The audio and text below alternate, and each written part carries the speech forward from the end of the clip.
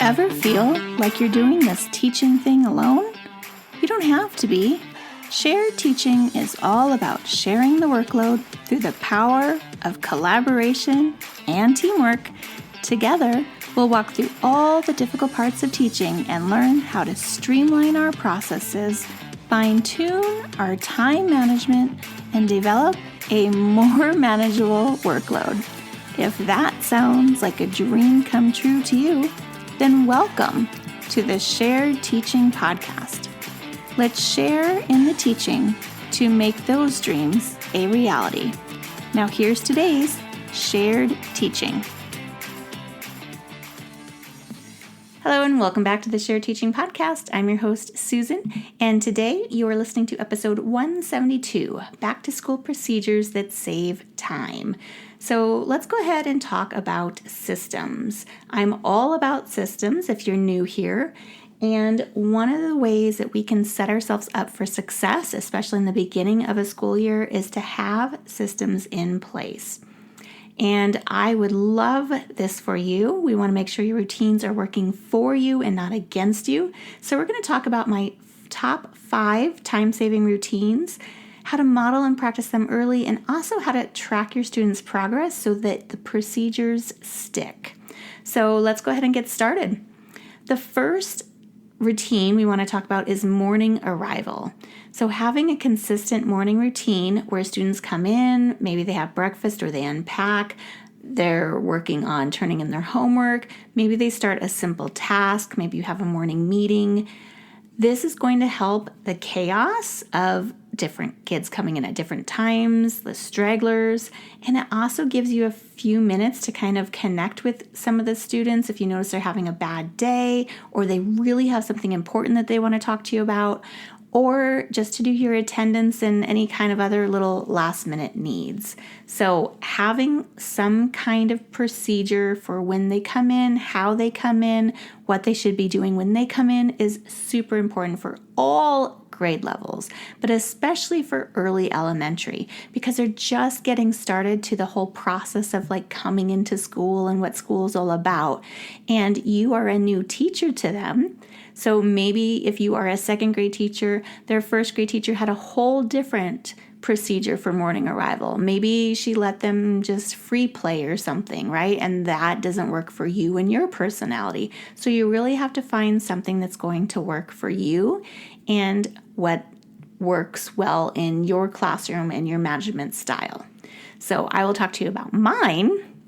So in the past, when I taught second grade, I would have students have to eat breakfast in the classroom. So some students came in with breakfast, some kids didn't come in with breakfast. So the kids that didn't come in for breakfast, what are they doing, right? So I made sure that I had something on my board for them to do. So they always knew I come in, I look at the board has my directions. Okay. And then I like to make things super, super simple on myself. So I didn't have anything too strenuous with that. Maybe they worked on phonics or work that they didn't have before. They could talk quietly with a neighbor. If the neighbor was eating breakfast and they were talking quietly to them and disturbing them, then that was a whole nother thing. So we really had to put those expectations in place. What does it look like when I'm talking to a neighbor? What can my volume level be? If my neighbor is eating breakfast, I can't disturb them. They need to be able to eat, right? That was very important, especially when you work in a Title I school. So just kind of thinking through all of those things. Number 2 is material management. So you want to teach students how and where to get their supplies, and you want to have clearly labeled bins and, of course, solid expectations for how they're going to borrow and return materials. The less time students spend searching for where you place the bucket last equals more time for them to either be practicing their skills or you to be teaching them their skills. So we really want to make sure that we have a streamlined process in place for this. For my students, I like to have bins, and so each student has a book bin with their number on it. Of course, I don't call the student numbers, and I've talked about this before in the podcast, but let's say you're student number 1 because you're number 1 on my alphabetized roster, right? And it's just an easy way for me not to have to relabel everything year after year. So they know they go to book bin 1 and they have like their math notebooks and their materials right in that book bin. And then some of the things that we use all the time throughout the day are going to be in their desk. So I really had to think that through, like, okay, so how are they getting their things if everybody's up and getting their things at one time? And this is where it comes handy, where you say, like, you know, the first 4 numbers, go and get your things. And then if you spread out their book bins so they're not like super close together, then little second grade or first grade bodies can easily go all at the same time and get something from their bin. Or they know when morning comes in and they put down their breakfast, they're going straight to get, let's say, their reading notebook or their reading folder, because we start with reading right away. So they know that that's the procedure. And also I do a lot of groups. So maybe there's a table captain and they're getting all of the groups writing folders at the same time. So it's only one person from each table group that's up and gets something, and I never have more than 6 table groups. The next time-saving routine, this is number 3, is transition signals. You want to have a clear, consistent signal that's going to show students like this is the end of this activity and we're beginning the next activity. This is really helpful during centers. I don't tend to use it when it's like, oh, time to switch for math, but I do have some kind of transition so that they know that that's what's happening. So for example, I like to do these math slides that are like a warm-up review joke of the day. And so when they see that coming on the board, they know, oh, it's time for math. And I tell them audibly, it's time for math now. Let's clear our desks. Let's get our math books. And I give them a countdown. They know how much time they have. And we really work hard at the beginning of the school year to cut down their time, which I'll talk about in a little bit.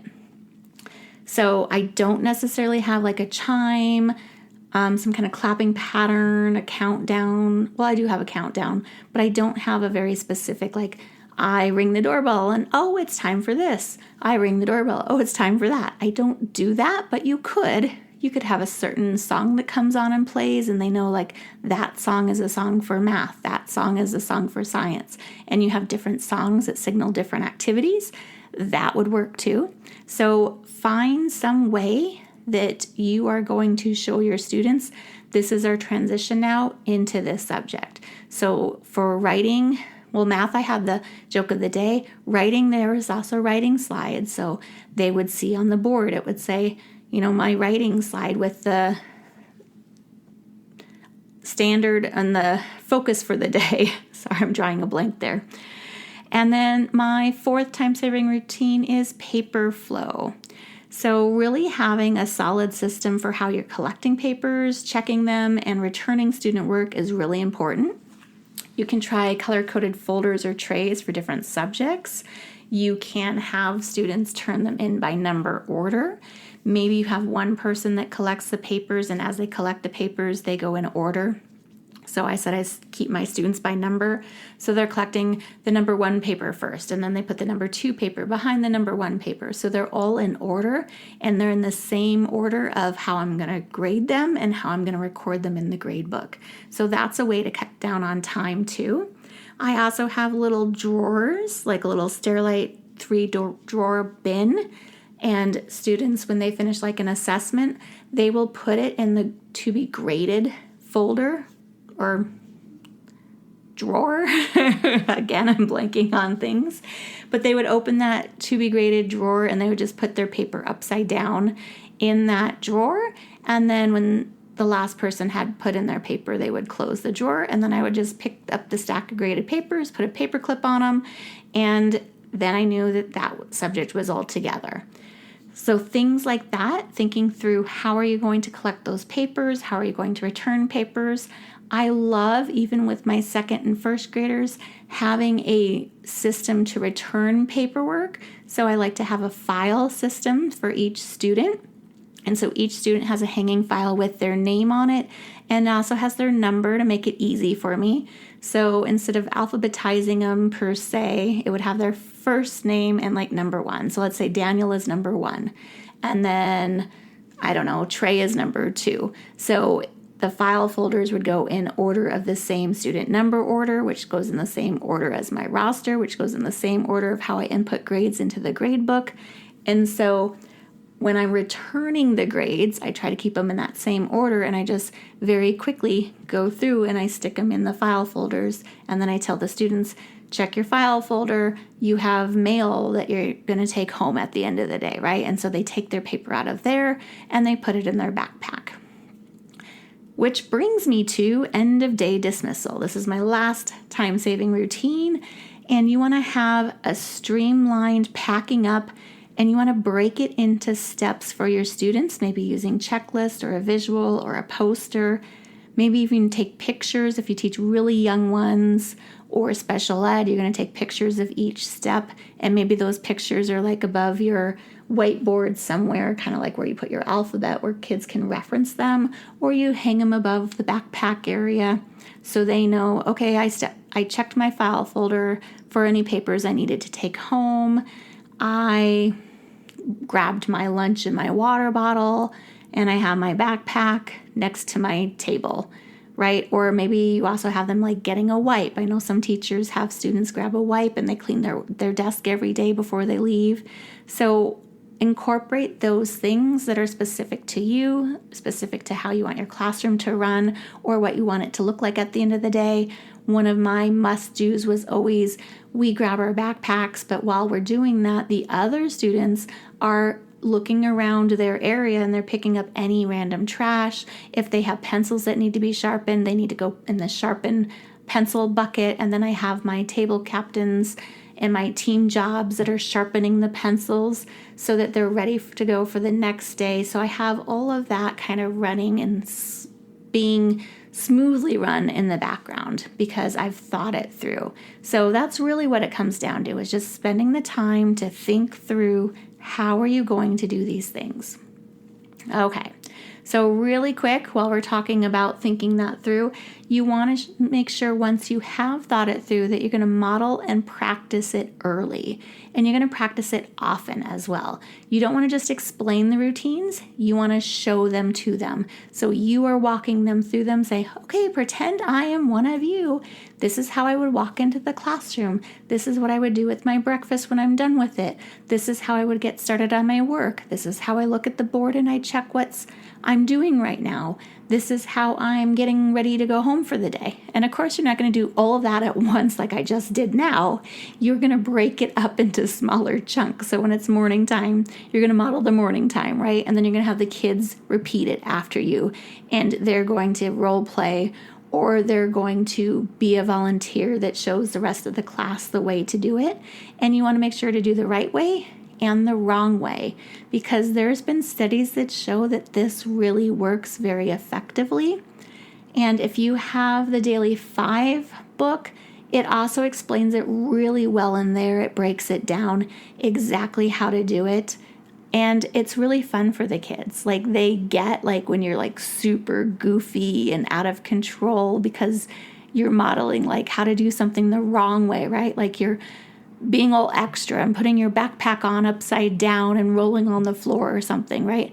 It's going to stick in their head like, hey, I shouldn't do that. But also, you might have had a student that did do that in the past, right? So you really want to be very explicit about what you do and do not want to do, but don't be afraid to be funny with it.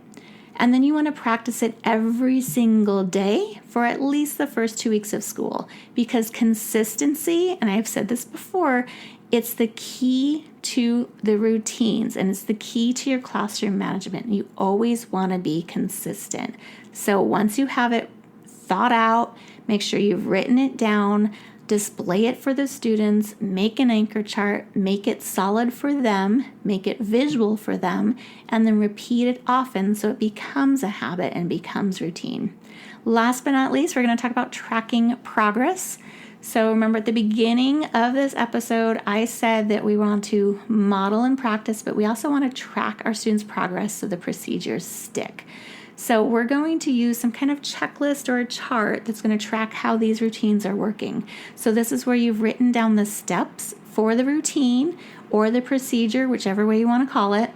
And you're going to ask yourself at the end of each time you've done this routine? Are the students following the steps independently? Which areas need more practice? You're going to think of those two questions. If there's an area that needs more practice, then what are you doing wrong? How can you explain it better to the students? Why are they getting hung up on this particular area and they need more help? Is it just they're not doing it quick enough? So how can you show them to be quicker? Are they talking too much? How do you show them about voice levels? Have I talked about voice levels? You're just going to kind of go through those things in your head and then be ready with a plan of action for your students. You also want to involve them. They are your partners to make this a successful, smooth running classroom. So I love having, even if it's just like a number written on the board in the corner and they know this is our goal to beat for how quick we want to clear off our desks when we transition to a new subject. And we are trying to beat that goal all day long, every day, week after week, until we've gotten it down to, I don't even know, I can't remember, like 10 seconds or less. Like, it is fast. It's probably even faster than 10 seconds, to be honest, because there's not much they need to do to transition unless it's go to the bookcase and get something from their book bin. But if it's already at their desk and they just need pencil out, math book out, reading folder put away, then that should be a really quick, smooth transition. And don't be afraid, if you're a newer teacher, to time yourself on this. How long does it take you? And then maybe double it for your students because, they're younger and little bodies and they like to talk, and maybe some of them are very antsy and wiggly. And so adjust it and see how much time that they would need, but also know, like, realistically, how fast can you do it? And then your students should be able to at least match that by the end of the year or by whatever time frame you give them. So have some kind of visual tracker that shows them their progress so that they can celebrate the small wins with you and they feel proud and responsible and successful by knowing that they're meeting those goals that you're setting. And then, of course, you're going to adjust as you need. If something's not working, you got to tweak it early before it becomes a bigger issue and you've gone through to like Christmas time and nothing's been fixed or resolved and it's still a big problem. So if this is your back to school season, this is the perfect time to set the foundation for a smooth running year. If you focus on these 5 time-saving routines, let me go over them one more time. Morning arrival, material management, transitions, paper flow, and dismissal. Those are my 5 top routines that we should focus on. If you're modeling it and practicing it early, you're tracking your progress, then you're going to save time in the long run and you are going to have less stress while helping your students thrive and be successful and independent in your class. So don't forget, if you want more assistance on this, I do have a couple podcast episodes that I will do my best to link in the show notes. And stay tuned for an all-new episode, which will hopefully be next week. It is back to school season for me, and I'm starting at one new school on top of my other schools. So I'm a little run down right now, but I will do my best to get another episode out to you next week. Enjoy the rest of your weekend, and I will see you next time. Bye for now. If you've loved this show, then join me in sharing the teaching, hitting that subscribe button, and leaving us a review on iTunes so we can be found by more teachers like you who are ready to start sharing the workload. I hope you've enjoyed this episode. Find new episodes each week on sharedteaching.com. Thanks for listening to the Shared Teaching Podcast.